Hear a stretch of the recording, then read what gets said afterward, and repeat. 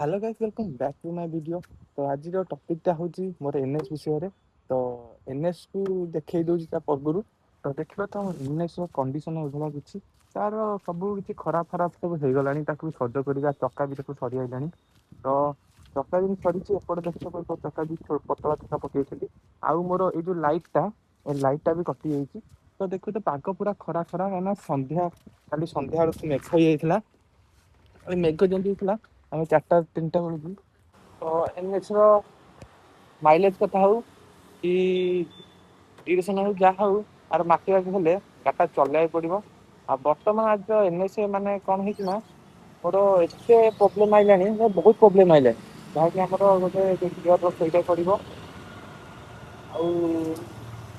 चक्का तो फास्ट कथा गला सेकेंड आमर आसला हरी जहाँकि आमर माइलेज भी कमिगला। तो सर्विसिंग भी हम तो गाड़ी हालत टी आउ देखई दूसरी रिव्यू वाला कर दूसरी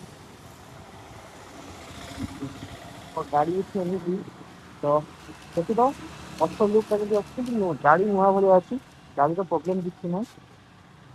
तो गाड़ी ड्यूरेशन देखा गाड़ी चलवाक पड़ो आम गाड़ी चल प्रथम प्रथम चल देखिए कौन केमती।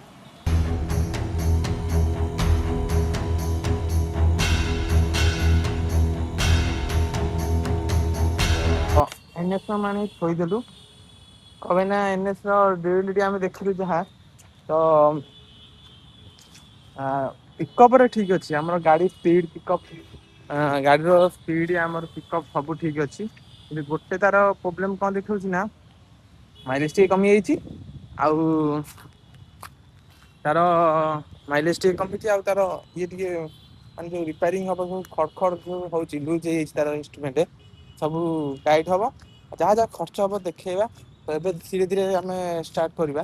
तो बर्तमान आम संडे आज ड्यूटी आसलू बर्तमान कौन हो ठीक नहीं।